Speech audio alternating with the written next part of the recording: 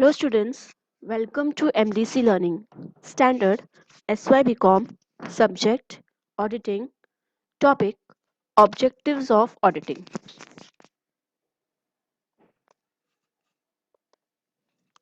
Students, basically there are two objectives of auditing. First one is primary objective and second one is secondary objective. Okay. Now what is the primary objective? The objective behind doing the auditing is, first one is examining the system of internal check. Okay, so whenever the auditor is doing the auditing, first of all he should examine the system of internal check. Internal check means what is the plans and procedures, policies followed by the client organization.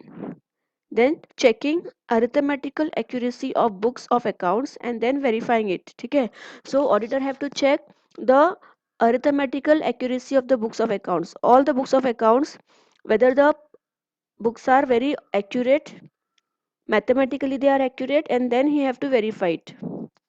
Third one is verifying the authenticity and validity of the transactions. So the auditor have to check the authenticity and the validity of the transactions, means how much the person can depend on that recording of the transactions in the books, how much they are reliable, how much they are valid. Okay, so all these things is to be verified by the auditor. Next one is checking the proper distinction of capital and revenue of transactions. Correct. We have seen in SEM 5 what is capital and revenue expenditure. Correct. Capital expenditure is the expenditure which is for the long term and it is non-recurring in nature. Correct. But revenue expenditure are the expenditure which are for short terms and which are recurring in nature. So auditor have to verify that the expenditure which are recorded in the books of accounts are properly classified into revenue expenditure and capital expenditure. Then last one is confirming existence and value of assets and liabilities. See, confirming existence and value of assets and liabilities means, मान लो कि balance sheet में 10 lakh rupees का land and building दिया है. ठीक है, तो auditor have to verify whether really this land and building exist. The auditor have to verify the documents which are related to this land and building. So अगर auditor को ये land and building के बारे में audit करना है, so what he will do, he will physically visit that land and building. Okay, secondly the document, जो paper work, जो एग्रीमेंट है लैंड एंड बिल्डिंग का, that also he will verify. Okay, so confirming existence and value of assets and liabilities, जो भी assets and liabilities balance में बताई है वो कितनी ट्रू है, कितनी फेयर है, are they really exist, that the auditor have to check it out. Okay, and the secondary objective is what? Secondary objective is nothing but detection and prevention of errors and frauds. Detection and prevention of errors and frauds, and second one is under or overvaluation of stock. These are the secondary objectives of the auditing. We will see one by one. See primary objectives क्या है, मैंने आपको बताया. सबसे पहले तो examining the system of internal check. Auditor को ये चेक करना है कि जो भी इंटरनल कंट्रोल है, इंटरनल मैनेजमेंट है ऑर्गेनाइजेशन का, ठीक है, वो कैसा है, और इंटरनली जो भी अकाउंट चेक होता है वो चेक करने के लिए कैसा सिस्टम फॉलो किया जाता है ऑर्गेनाइजेशन में. ठीक है, तो that is the first thing the auditor have to check. Second one is checking arithmetical accuracy of the books of accounts, verifying posting, casting, balancing, etc. Auditor को अर्थमेटिकल एक्यूरेसी चेक करना है books of accounts का, जहाँ पे जो भी transactions का posting किया है लेजर अकाउंट्स में, डेबिट क्रेडिट, करेक्ट, उसका कास्टिंग टोटलिंग जो किया है, डेबिट का टोटलिंग, क्रेडिट का टोटलिंग, फिर जो बैलेंसिंग फिगर आता है वो बैलेंसिंग फिगर हम ट्रायल बैलेंस में ट्रांसफर करते हैं. Correct. So this is to be check by the auditor very accurately. Then verifying the authenticity and validity of the transactions. जो ट्रांजेक्शन्स है वो कितने वैलिड है, कितने ऑथेंटिक है, कितने रिलायबल है, that is to be checked by the auditor. Next one is checking the proper distinction between the capital and revenue nature of the transactions. I told you कि जो भी ट्रांजेक्शन्स हो रहे, capital and revenue expenditure and capital and revenue receipts, that auditor have to verify. He have to verify that capital and revenue expenditure and receipts are properly classified according to their nature. ठीक है, capital expenditure क्या होता है? Capital expenditure the expenditure which are for the long term, they will benefit the organization for the long term, and they are non recurring in nature. And what is revenue expenditure? Revenue expenditure are the expenditure which are recurring in nature and they benefit the organization for short term. Same receipt का भी है. Expenditure receipts मतलब the receipts which are received for the long term basis and they are non recurring, but revenue receipts are recurring in nature. Correct. Then next one is confirming the existence and value of assets and liabilities. Confirming the existence and the value of assets and liabilities. जो भी assets and liabilities balance sheet में बताई गई है, that assets and liabilities are to be verified by the auditor. The auditor have to see कि really ये assets and liabilities existence में है. मीन्स सपोज कि बैलेंस शीट में बताया गया है कि bank loan, okay, bank loan is a liability. So auditor को चेक करना है कि सही में ऑर्गेनाइजेशन ने बैंक से लोन लिया है क्या.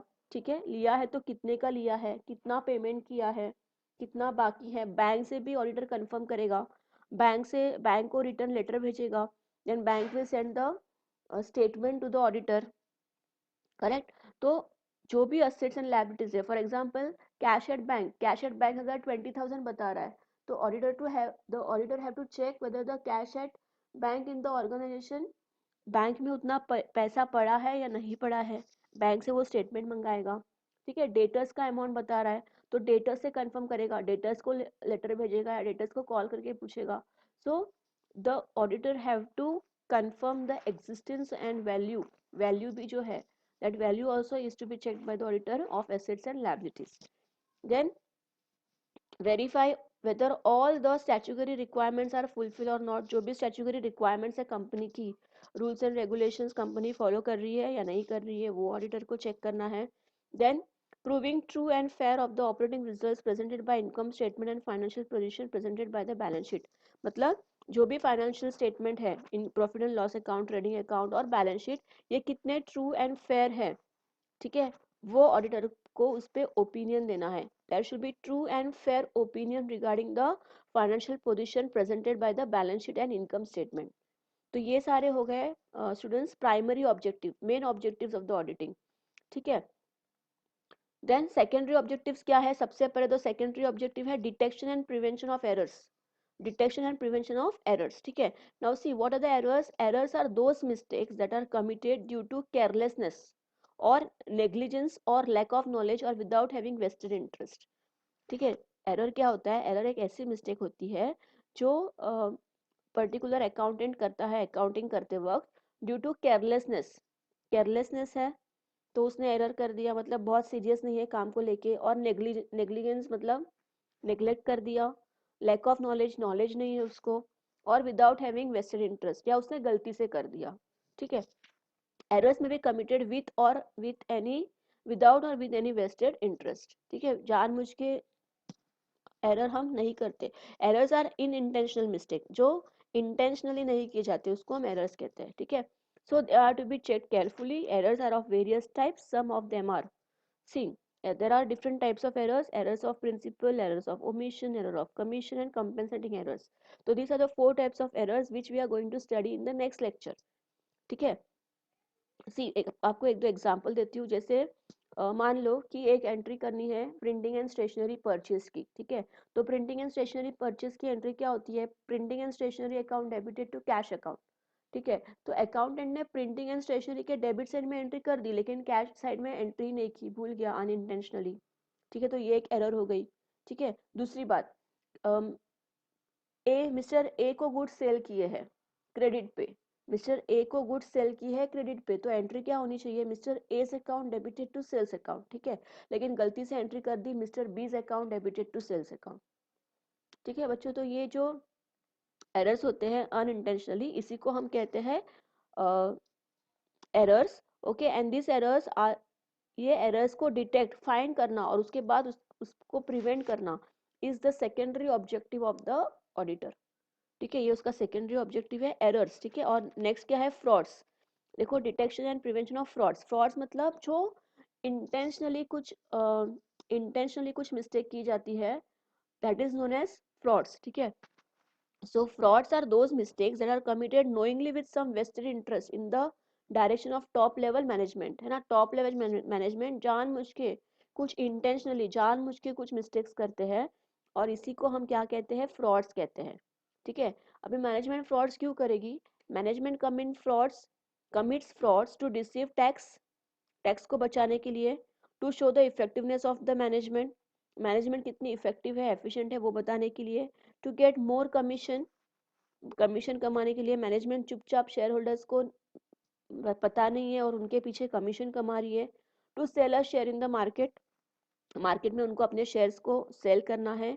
और to maintain the market price of shares, या जो भी मार्केट प्राइस उनका करंटली चल रहा है वो मार्केट प्राइस को मेंटेन करने के लिए management can do the frauds in the organization. ठीक है, detection of fraud is mainly job of an auditor, और ये फ्रॉड्स को निकालना, ढूंढ के निकालना और उसको प्रिवेंट करना, ये किसका काम है? ऑडिटर का काम है, because auditor is appointed by the share holders. ठीक है, ऑडिटर को शेयर होल्डर्स अपॉइंट करते हैं। क्यों करते हैं? बिकॉज शेयर होल्डर्स ये जानना चाहते हैं कि जो भी उनके फाइनेंशियल स्टेटमेंट्स है या जो भी उनका कंपनी का प्रॉफिट है, ठीक है, वो कितना सही है, क्या उसमें कोई एरर्स है, क्या उसमें कोई फ्रॉड्स है, क्या कोई उसका मिसयूज कर रहा है। जो भी पैसे शेयर होल्डर्स ने डाले हैं कंपनी में, क्या ये पैसे प्रॉपर जगह पे यूज हो रहे हैं या नहीं हो रहे हैं। ठीक है, सच फ्रॉड्स आर एज फॉलोज। देखो, फ्रॉड्स कौन से तरीके से किया जा सकता है? कैश में किया जा सकता है या गुड्स में किया जा सकता है। मिस अप्रोप्रिएशन ऑफ कैश और मिस अप्रोप्रिएशन ऑफ गुड्स। ठीक है, कैश को लेके या गुड्स को लेके मैनेजमेंट फ्रॉड कर सकती है। देखो, अंडर और ओवर वैल्यूएशन ऑफ स्टॉक कर सकती है। Normally such frauds are committed by the top level executives of the business, so an auditor should detect such frauds using skill, knowledge and facts, है ना। सी, कैश में कैसे कर सकती है ऑडिटर मैनेजमेंट फ्रॉड? कैश किसी से ज़्यादा लिया लेकिन कम बताया। ठीक है, ज़्यादा पैसा लेके सेल किया, ज़्यादा पैसा लेके थोड़ा कमीशन अपने जेब में डाल दिया और थोड़ा ही पैसा बुक्स ऑफ अकाउंट्स में बताया। ठीक है, स्टॉक को लेके स्टॉक को ओवर वैल्यू कर सकती है, अंडर वैल्यू कर सकती है। देन स्टॉक बहुत सारा पड़ा है लेकिन उसको कम बता सकती है। ठीक है, थोड़ा सा स्टॉक घर पे लेके जा सकते हैं। तो एनीथिंग ओवर वैल्यू और अंडर वैल्यूएशन ऑफ स्टॉक। तो ये एरर्स और फ्रॉड्स डिटेक्ट करना किसका काम है? ऑडिटर का काम है। और अगेन इसको प्रिवेंट करना मतलब जो भी एरर्स एंड फ्रॉड्स हुए हैं उसको प्रॉपर करना, उस पर क्वेश्चंस रेज करना, मैनेजमेंट से बात करना, उनके एम्प्लॉयज से, अकाउंटेंट से बात करना, और ये सारी चीजें शेयर होल्डर्स तक लेके जाना। ठीक है, these are the objectives of the auditing. Other objectives क्या है? To provide information to income tax authority को इंफॉर्मेशन प्रोवाइड करना कि जो टैक्स पे कर रही है ऑर्गेनाइजेशन, दैट इज करेक्ट। ठीक है, because income tax is paid on the profit, correct. तो प्रॉफिट जो बताया गया है फाइनेंशियल स्टेटमेंट में वो भी करेक्ट है या नहीं है। Next one is to satisfies the provision of the companies act, जो भी कंपनी फॉलो कर रही है rules, regulations, procedures, accounting system, वो एज पर कंपनीज एक्ट है या नहीं है, that is to be check it out, and to have a moral effect. So these are the objectives of the you know auditing. ठीक है, तो students सी मैंने क्या बताया आपको? ऑडिटिंग के दो ऑब्जेक्टिव्स है, प्राइमरी और सेकेंडरी। प्राइमरी ऑब्जेक्टिव्स ये सारे हैं: सिस्टम, इंटरनल सिस्टम को चेक करना, अरिथमेटिकल एक्यूरेसी को चेक करना, फिर जो ट्रांजेक्शन है वो कितने ऑथेंटिक एंड वैलिड है वो चेक करना, then capital expenditure, revenue expenditure, capital receipt, revenue receipt को प्रॉपरली चेक करना, प्रॉपर उनको क्लासिफाइड किया है या नहीं किया है, right. Then confirming existence of value of assets and liabilities, जो एसेट्स एंड लायबिलिटीज बताया है बैलेंस शीट में वो रियली एग्जिस्ट है या नहीं है, या ऐसे ही गलत कुछ बताया है, फेक कुछ बताया है, वो ऑडिटर चेक करेगा। ये हो गए प्राइमरी ऑब्जेक्टिव्स। सेकेंडरी ऑब्जेक्टिव क्या है? दो है, एक तो एरर्स को डिटेक्ट करना और प्रिवेंट करना। फिर हमने इसमें चार टाइप्स ऑफ एरर्स देखे: error of omission, error of commission, compensating error, और एक देखा था हमने। और नेक्स्ट वन इज अंडर और ओवर वैल्यूएशन ऑफ स्टॉक।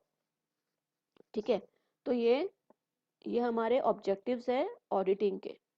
ठीक है, और इसके अलावा मैंने आपको दूसरे ऑब्जेक्टिव्स बताए। थ्री ऑब्जेक्टिव्स कौन से थे? To provide information to income tax authority, income tax authority को इन्फॉर्मेशन देना टैक्स के बारे में, कंपनी के टैक्स के बारे में, फिर जो भी प्रोसीजर फॉलो हो रही है कंपनी में वो एज पर कंपनीज एक्ट है या नहीं है, और last one is to have a moral effect.